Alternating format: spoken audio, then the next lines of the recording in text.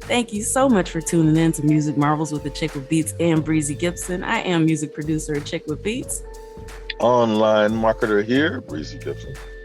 And once again, we're thrilled that you're with us. We're excited to do what we do and have you tuned in. We got another great show lined up for you. We have Albert M. Carter coming back as our special guest. We have tons of music industry news and, of course, beats by yours truly. Man, that sounds good. I'm excited for him to come back, man. That's going to be a blast. Yes. All right. So without any further ado, let's go. Okay, let's go.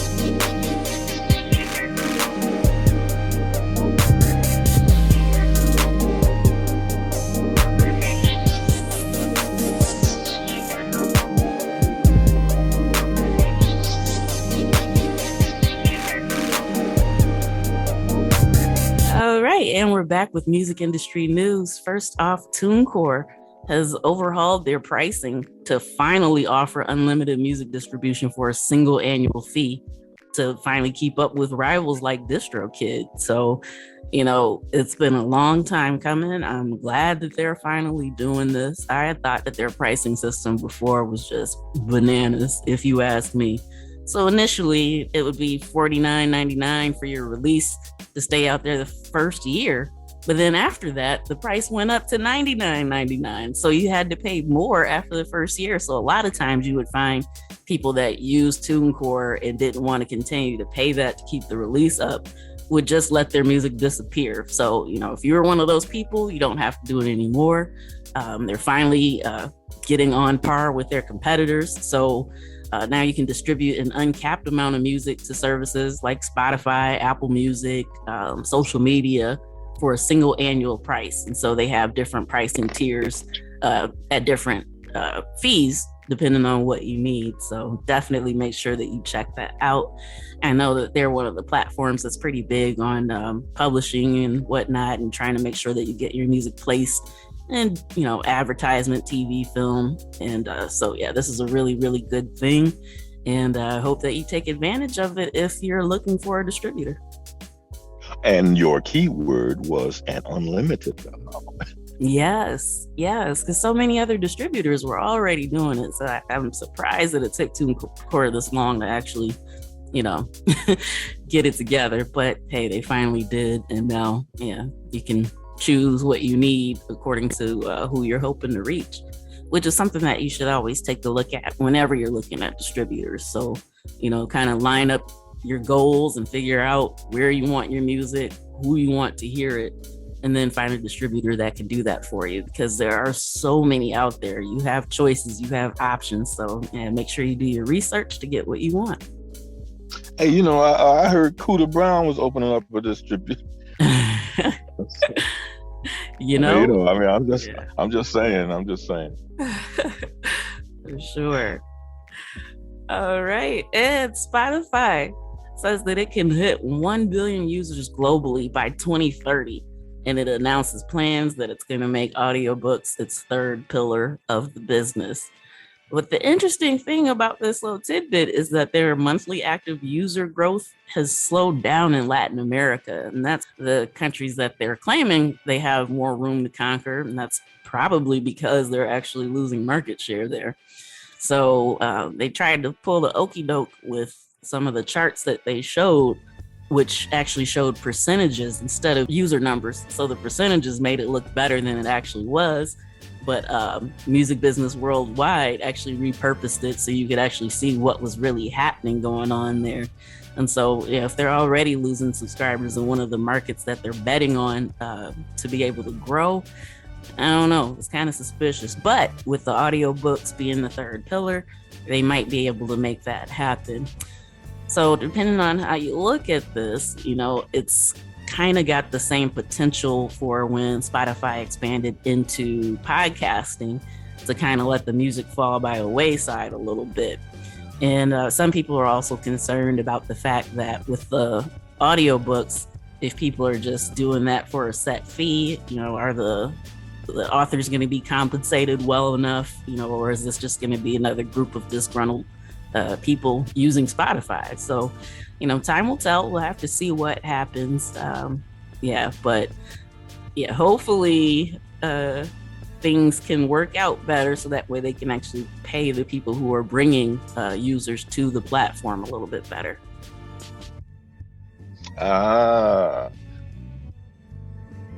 Pero las amigas y los amigos muy inteligente. Yes. And okay, so on top of that, Spotify announced shortly after that they're going to acquire the AI voice platform Sonantic, I believe. And so Sonantic's work is split into two parts. They create high quality voice technology for studios, and the other part is they work with professional actors to create models of their voice. So they recently built a custom AI voice model for Val Kilmer, which was used in the new film Top Gun Maverick. And so now they're saying that because they have this ability, anytime the actor's synthetic voice is used, they receive a profit share without actually having to do the labor themselves.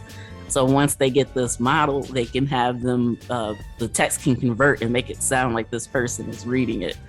So I don't know. It's some pretty interesting yet creepy stuff going on here. But it's always news about these major companies acquiring all this different AI. And so yeah, I guess once again we'll just have to see what happens here. I guess we will. I guess we will. I was gonna joke and say, until somebody finds until somebody's friend tells them, "Hey, I heard you on such and such." They say, "Where?" Yeah. I heard you do it. When? And exactly. They took their voice. Yep. Yeah, because I'd be curious to see how people are going to be able to prevent that from happening. So yeah, I wouldn't be surprised if maybe sometime next year we say, "Hey, you remember when we were joking about that? So and so is suing Spotify." Because so we'll see. Yep. All right, it's Song Trader buys, guess what? AI metadata and music search company, MusicCube. So MusicCube's database has more than 50 million song titles and more than 500 keywords that'll allow customers to search for tracks, playlists, artists based on audience, mood, genres, vocal features, instruments, tempo, lyrics, you name it. So they've got all this set up to where whatever you're looking for, you'll be able to find it just by searching it. And so their software is basically delivered through web widgets and API, which stands for Application Programming Interface. And so it provides what song traders call in pristine metadata at scale, basically for music labels, music supervisors, and audiences. And it's basically to make sure that the metadata is accurate, which is a key component, and people can find what they need. So I've stressed plenty of times before. So if you're a faithful listener, you know how important metadata is. But to everyone else, if you're making music, you need to make sure that all the details are there. That's what helps people find you. That's what helps you get paid. So don't neglect that, because I know it can be exciting. You've had this idea in your head. You finally got to the studio. You got it out, but you don't want it to fall flat there. So you got to make sure that the behind the scenes work is being taken care of as well. Yep. And yep again. All right. And music management tool startup IndieFlow has raised $4 million in funding. So IndieFlow has built tools for musicians to be able to manage projects, sync calendars with their team, plan releases, ping files back and forth. They offer distribution, publishing administration, and other features that let people manage live bookings, promotions, and even pitching to playlists. So now that they've got that money, hopefully there will be some more good things coming, and make sure you check that out if that's something that you're interested in, because those are a lot of good features to have in one spot. Features bring value, for sure. Features bring value. Most definitely. All right, we're going to take a quick pause for the cause, and then we'll be back with more music industry news right after this. And then after that, our special guest, Albert M. Carter.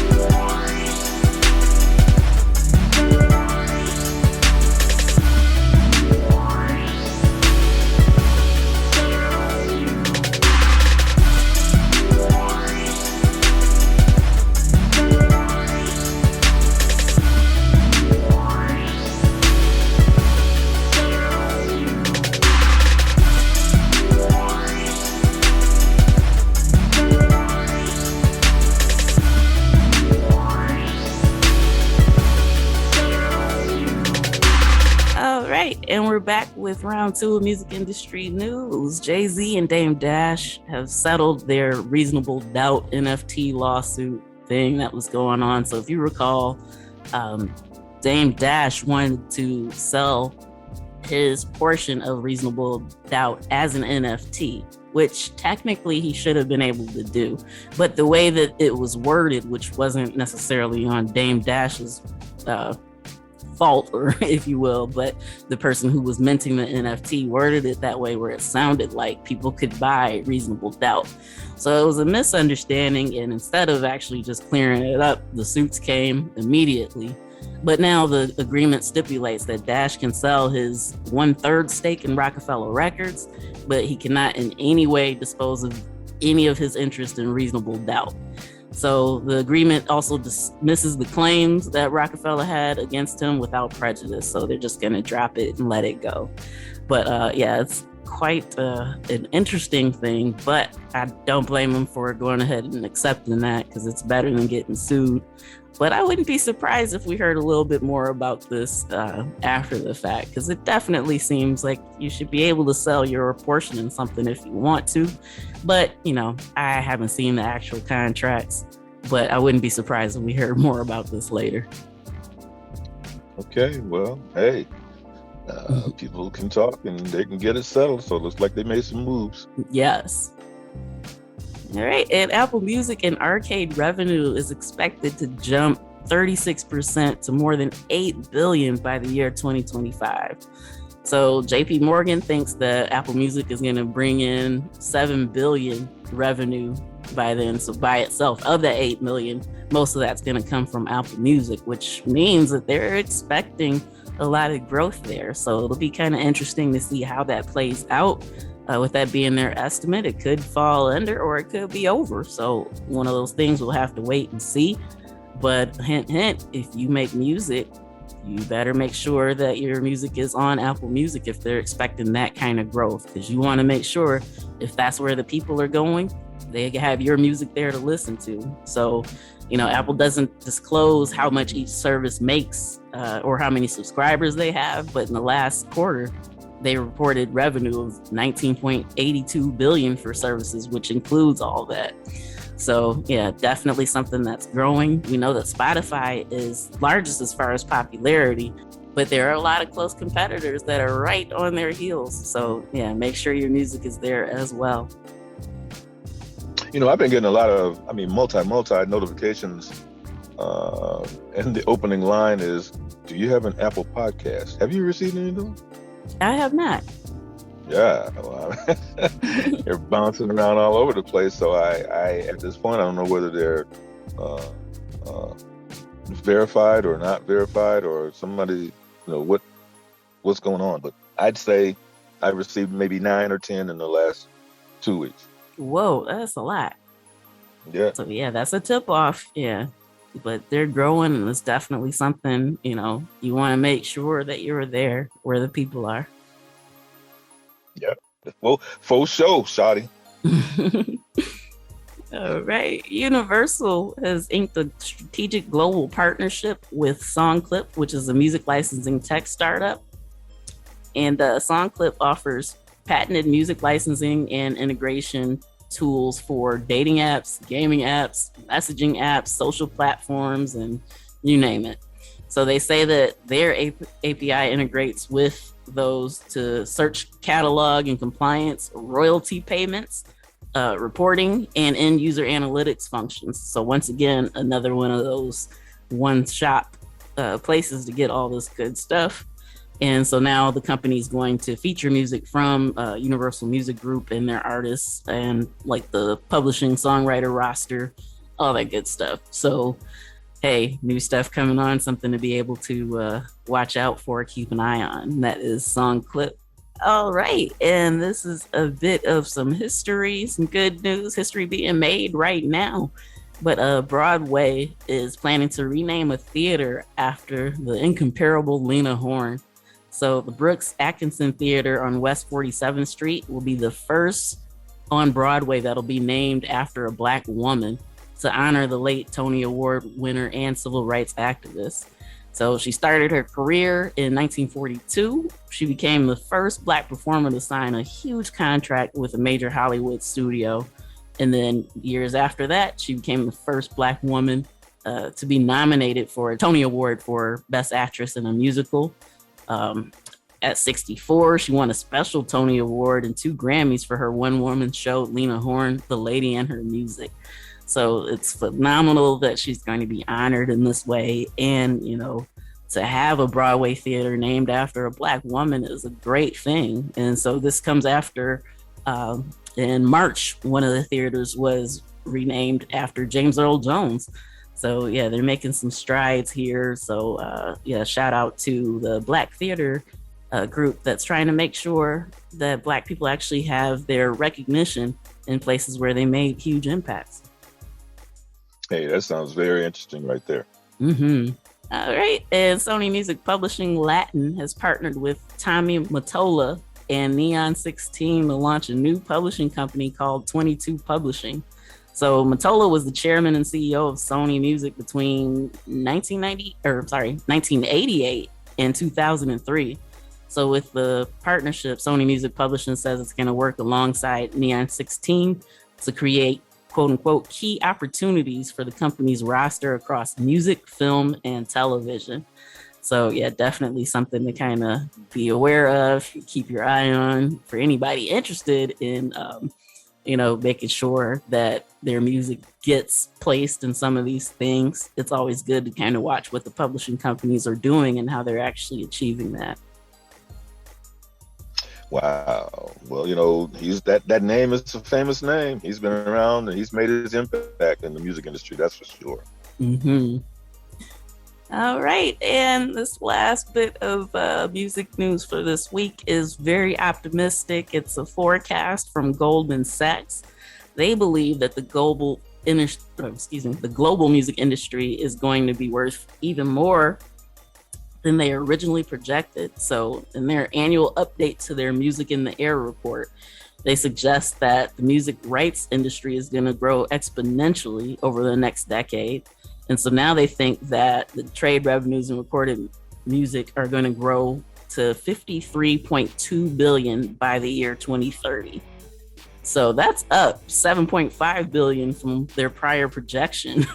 And so, they see something going on that they said, hey, you know what? We have to adjust what we said. It's going to be a lot bigger than that, more than double the size of what the revenues were last year.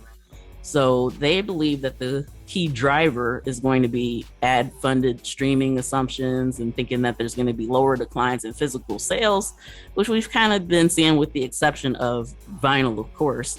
But they're projecting that there's a whole lot of money that's going to be made, and most of it's going to be through streaming. Whoa. Mm-hmm. Well, hey, projections are there. So, yeah. Typically, when there's a projection, that means that there's some movement. Yes, for sure. Yeah, upward movement. Yeah. Yeah, there you go. All right, so the music industry's future looks bright. Okay, we're gonna take a quick pause for the cause, and then we'll be back with our special guest, Albert M. Carter, right after this. Okay.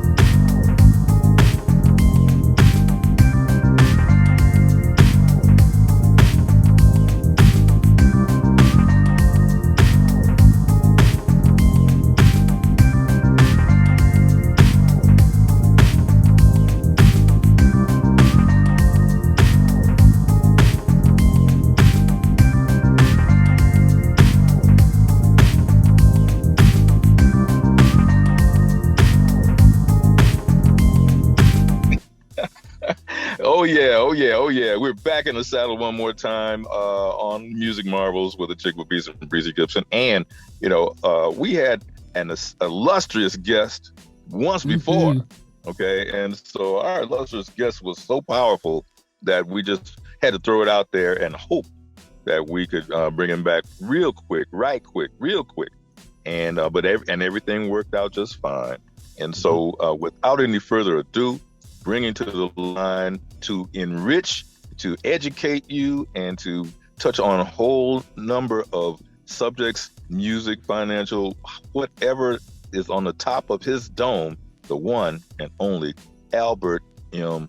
Carter. Mr. Carter, are you with us? Yes, sir. Yes, sir. Thank you so much for the introduction, man. I really appreciate it. Yes, sir. Yes, sir. Coming straight out of Dubai today. So, yes, sir. Hey, so... Yes, sir. Yes, sir. Well, what's with you today?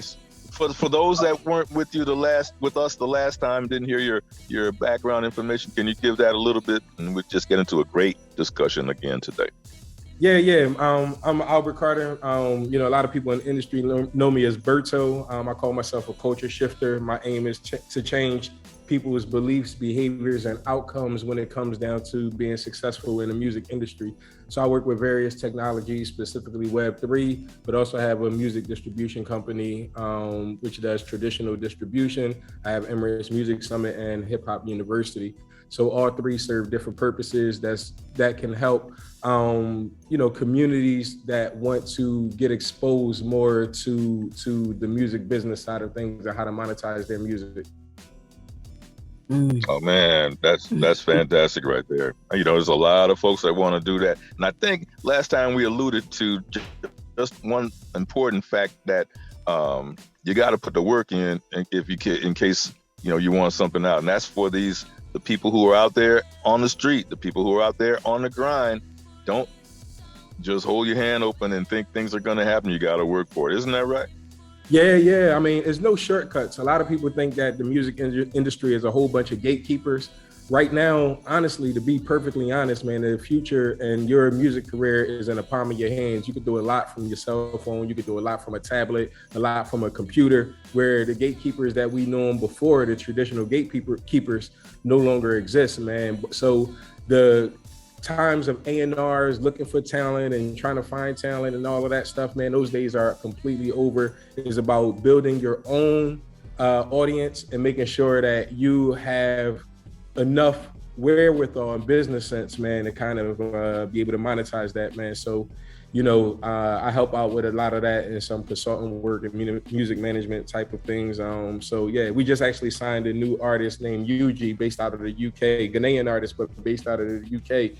Super dope, man. And, he has over 50 million streams and all of that. But we had a problem with trying to monetize some of his work because earlier on in his career, he was signed to, he was working, let me not say signed, but he was working with a big artist, like one of the biggest artists in Africa who kind of, did him wrong. So it was just, we kind of started working together and figuring out ways that we can help each other out, I guess, So, like I said, man, it's all about how you're choosing to deal with your particular audience, man. Sorry if that was a bit long-winded. Oh, that's not okay. At all. That's okay. Yeah. And as we get going here, we've got a lot of advanced listeners here, advanced in the music business, but then we also have some who are beginners. All right, whether they're advanced or beginning in music or beginning in business, which music is a business. Say that again, bro. Like, music is a business, man. This is not. You know what I get, man? I get a lot of hobbyists, man, who want to go from 0 to 100. And they all reach out. What can I do? What can I do? How do I do this? How do I do this, man? The first thing that you gotta understand is the music is a business. It's not a hobbyist type of thing. So if you want a hobbyist, you don't need a manager. You don't need to go with a consultant. You don't need to do any of that if it's just a hobby for you. But if you want to respect the professionalism of the craft of the music business, please understand that it's a business. Okay. And so, hang on. So He said, if you want to respect the craft, like, okay, sorry, just needed to underline that. Go ahead, Breezy. The professionalism of the craft. Yeah. Yeah, I think a lot of people don't realize that, man. A lot of people, they try to reach out and they don't understand, man. I'm certified in a lot of this stuff. I paid a lot of money for schooling. Like I went to Berkeley, I did specializations at Berkeley. I did specializations at Duke. I did specializations at University of Virginia, man. I had to pay for that stuff out of pocket to learn what I learned. I've networked. I've moved to a whole different country to learn about global music industry. So it's like, respect that, understand that it's not like a game for me. You know what I mean? So a lot of people, specifically hobbyist musicians, man, if you're not willing to risk it all, man, I'm probably not your guy. Man, I wish I had an air horn to play right there. But go ahead, Breezy. Yeah. My bad. So when you break it down for the beginners as well as the advanced folks, that M word, they are people who are beginners in the music world, music industry. Now, they may be talented in various ways. Okay, but they may also not have, they have a very, some of them may have a very rough business edge. Okay, so break it all the way down for them exactly what the word monetize means. Okay. So first, I like the way you phrased that, man. I just want to address something real quick though. So talent no longer means anything. I'm gonna be perfectly honest. You could buy talent at this point in time. It's all about the audience that you have. So when you're looking to monetize something, a lot of people come to me and they ask about NFTs because that's one of the things that I'm kind of known for. Like I've done, global talks about NFTs in the music industry. And, people think that is a quick fix. You put out an NFT and you sell an NFT and you get paid a lot of money. It don't work like that. It's all about building your online community. That goes, as far as monetization, man, you have to look at the data, you have to look at the analytics, you have to be willing to sell merch, you have to be willing to promote, you have to be willing to do all of that in order to make some money, to monetize, just like with any other business, in order to monetize your music is multiple paths of entry. So you just have to figure out what's working for you and how to escalate whatever is working for you. Like a lot of, you don't have to do anything that's going to put you or your brand at risk. What you have to do is understand your brand and develop that so you can, learn your audience and they can actually purchase things, whether that's an NFT, whether that's merchandise, whether it's audio, whether it's, whatever it is that works for your brand. You have to learn that your audience is going to be key, and finding new fans and putting out content, that's going to be the key of success in the music industry. There you go. Dynamic, man. Yeah. So, we've actually talked about on this episode a little bit earlier, the importance of choosing a music distributor that fits your goals. What advice do you have, since you actually have a distribution company that you can share? So yeah, our listeners that were paying attention earlier might have caught that. And so maybe you can give a little more information about that. Yeah, so we have a boutique distribution company, meaning that we don't have a large volume because my main money is not derived from the distribution platform. It's an additional service that we started out. We was going to try to build that up and work with that. But like I said, it's the same thing with the artists. You know what I mean? Like we have to know our audience and the people that we're working with.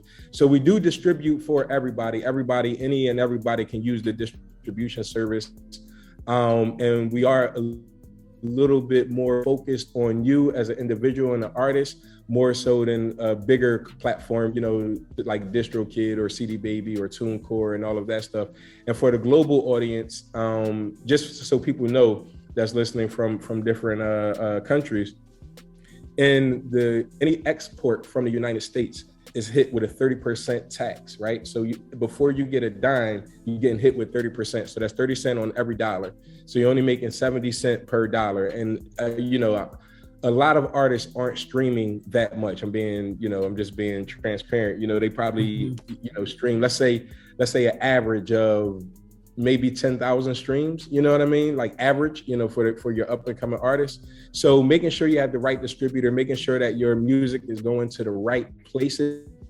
For instance, if you have a name that's very familiar with or very similar to another artist, so say your name is, let's say, John, just for sake of ease, but just say if your name is John, it's probably 3 or 4 other artists named John, and making sure that your music hits the right artist account is key. And that's something that we specialize in because we don't have a large volume. We make sure that the right artists the right music is going on the right platforms.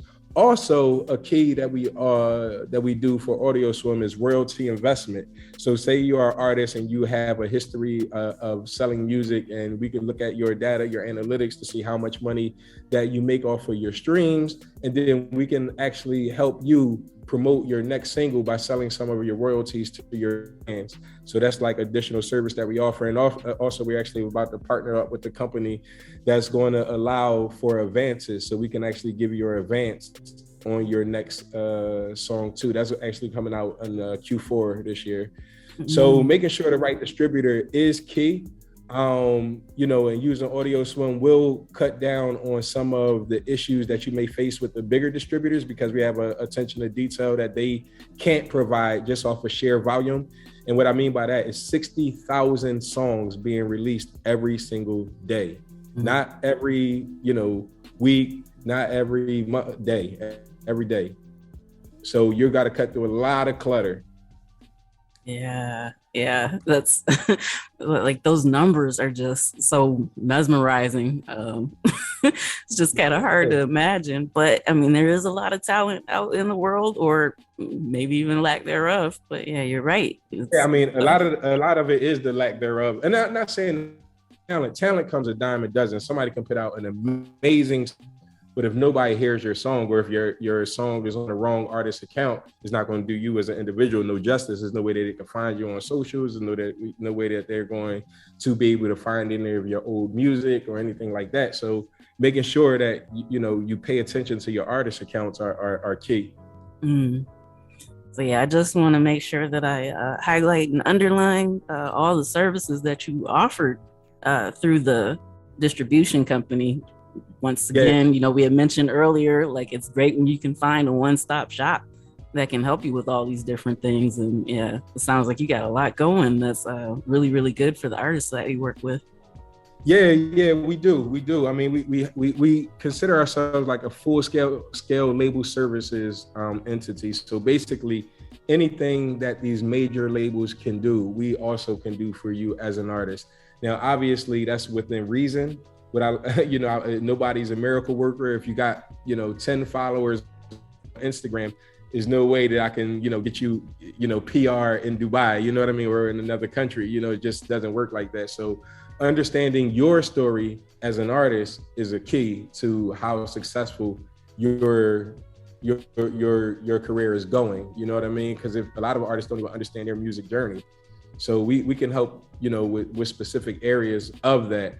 But, it's all about understanding, you know what I mean? And the education piece. So we do everything a big label can do for you within reason. Okay, right there. Take a moment and pause and give out your contact information, or explain how that works. Do you seek the artist, or does the artist seek you?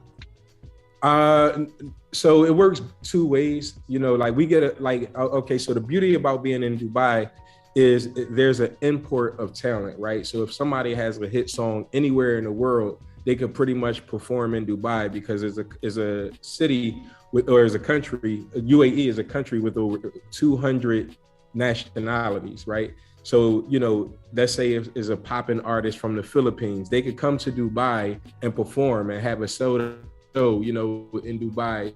From the UK, they could perform, have a sold out show. So when it comes down to, looking for artists, it just depends on how I feel I could connect with the artist audience.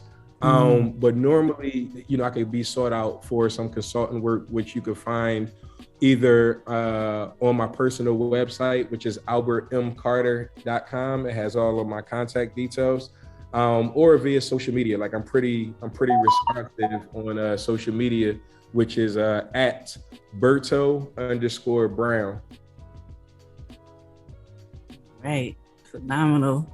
Yeah, this is the second time you came in and just dropped so much knowledge in such a short amount of time. I just want to share, man. I just want to help out as much as I possibly can. Like I really, and sometimes I know I could seem a bit bitter because, in this industry you get burned more than you win. But at the same token, I just want to help give out information for anybody that's serious about their music career and anybody who actually wants to build a global music brand, Okay, on a quick, can you share? Okay, here's a scenario. You earlier mentioned the name John as far as an artist is concerned. Okay, right. All right. Okay, now John gets out there, he's doing his thing, or her thing, whatever, and then you get a letter in the mail saying, "Hey, you can't use John. This is John. We have the trademark for John. And so we need you to immediately cease and desist using our name on any of your products and throw them away, whatever." Okay, so how important is trademarking in the music industry? So that's a bit difficult because if you're looking at it from a global perspective, the trademark that we follow in the US is only specific to the US. It doesn't really matter if John is existing in, let's say, Ethiopia, you know what I mean? That trait, okay. Because there's a US trademark. So it just really depends on you as an artist. So basically, if you are in America, it's going to be hard to kind of trademark a name because say if it's your original name, right? Look at Rick Ross, like what happened with Rick Ross and the other Rick Ross. You know what I mean? It's like you can't really put a trademark on that name. So it's perfectly okay for two artists to have very similar names, but not exactly the same name. So it really just depends per situation. It's kind of like not a one size fit all shoe. But traditionally, like the brand is protected once you start putting out music and you see like imitations. Sorry, my cat is making all this noise in the background. But yeah, so, it's very hard to trademark a name. Sorry, let me just get this real quick. Sorry about this. No worries.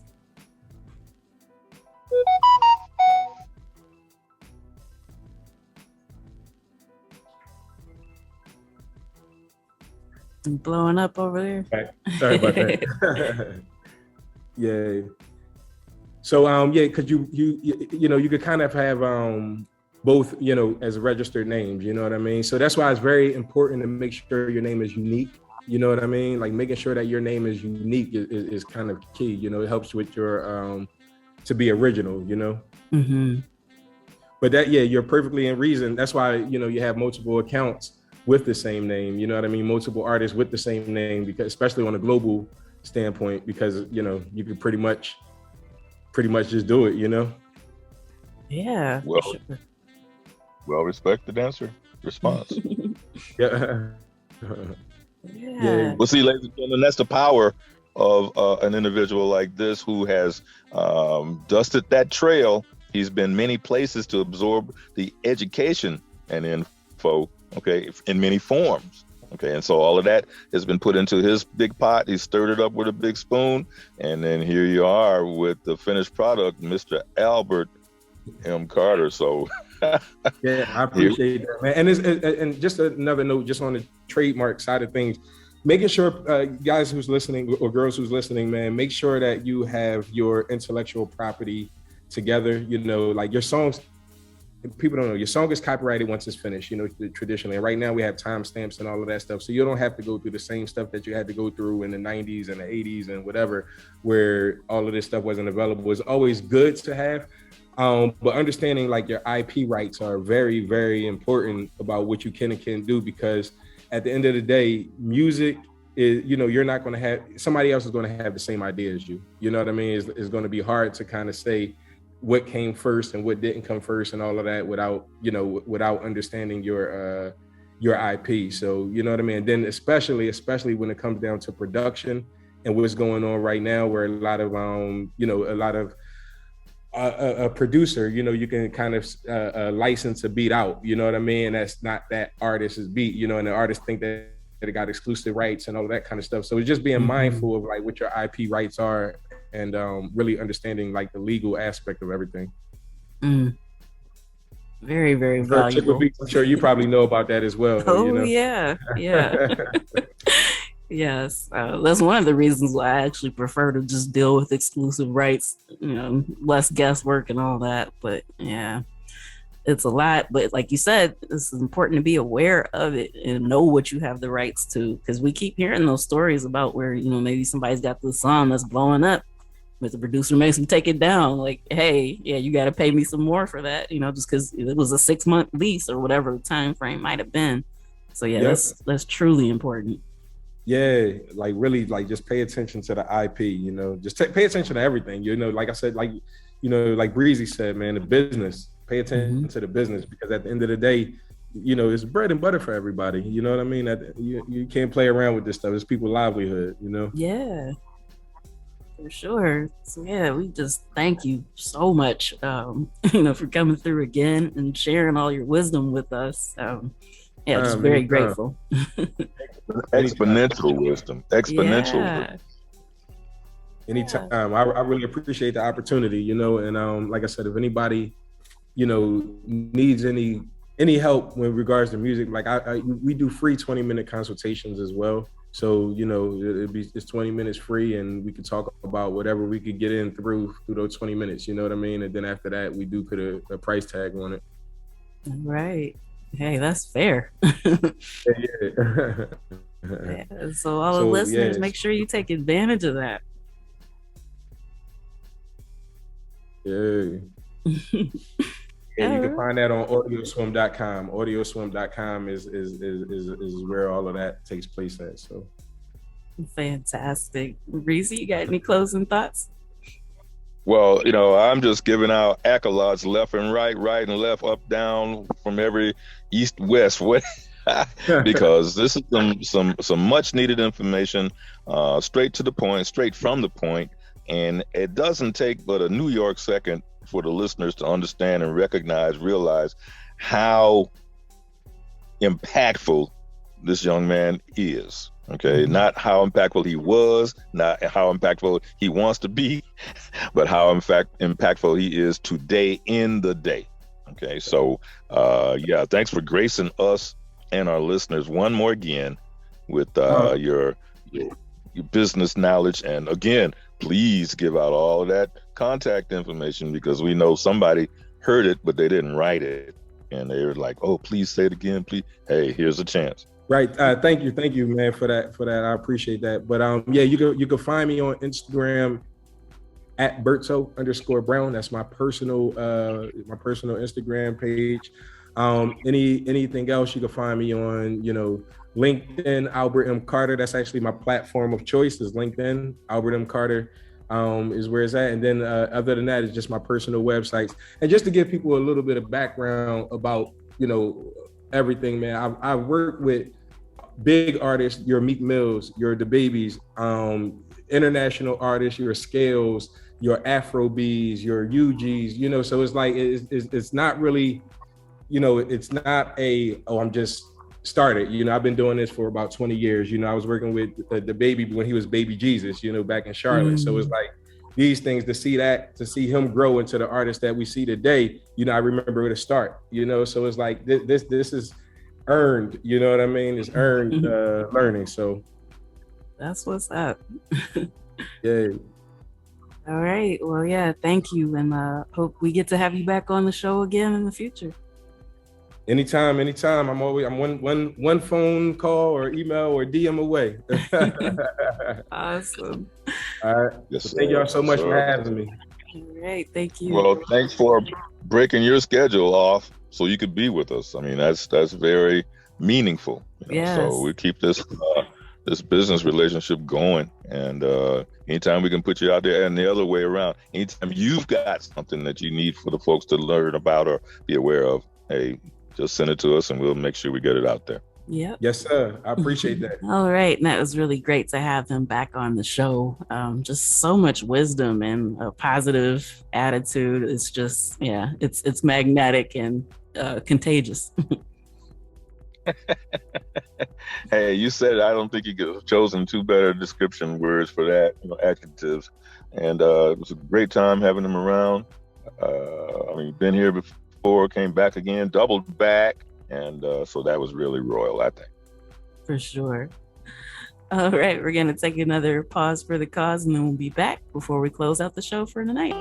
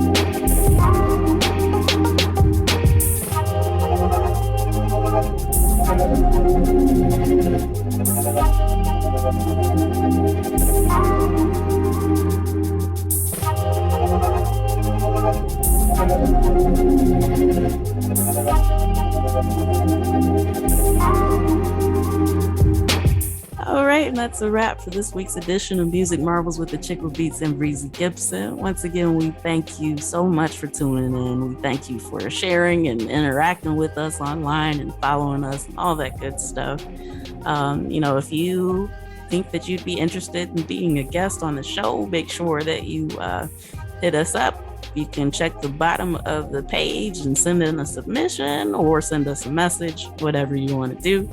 And we also want to shout out our home stations, Grander Radio out of Grand Rapids, Michigan, and Sparks Radio out of Denver, Colorado.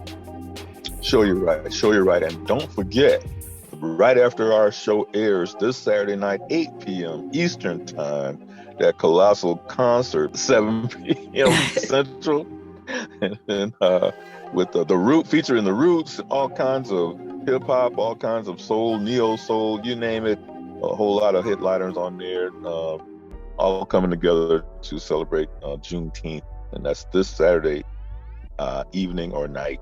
And check your local listings, and additionally, be sure to visit Facebook, LinkedIn, Instagram, Twitter for Achickwitbeatz, as well as for Breezy Gipson. There's a lot of info going on all 4 of those platforms. So don't miss out. Link up with us because we got some big announcements that we're going to be giving away. We gave a tidbit of that last week, and so we're one more week closer. So check us out on all those platforms. All right.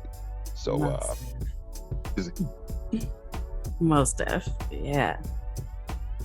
All right, so you know where to find us next time, same place. Tune in, tell a friend, and we'll see you then. Peace.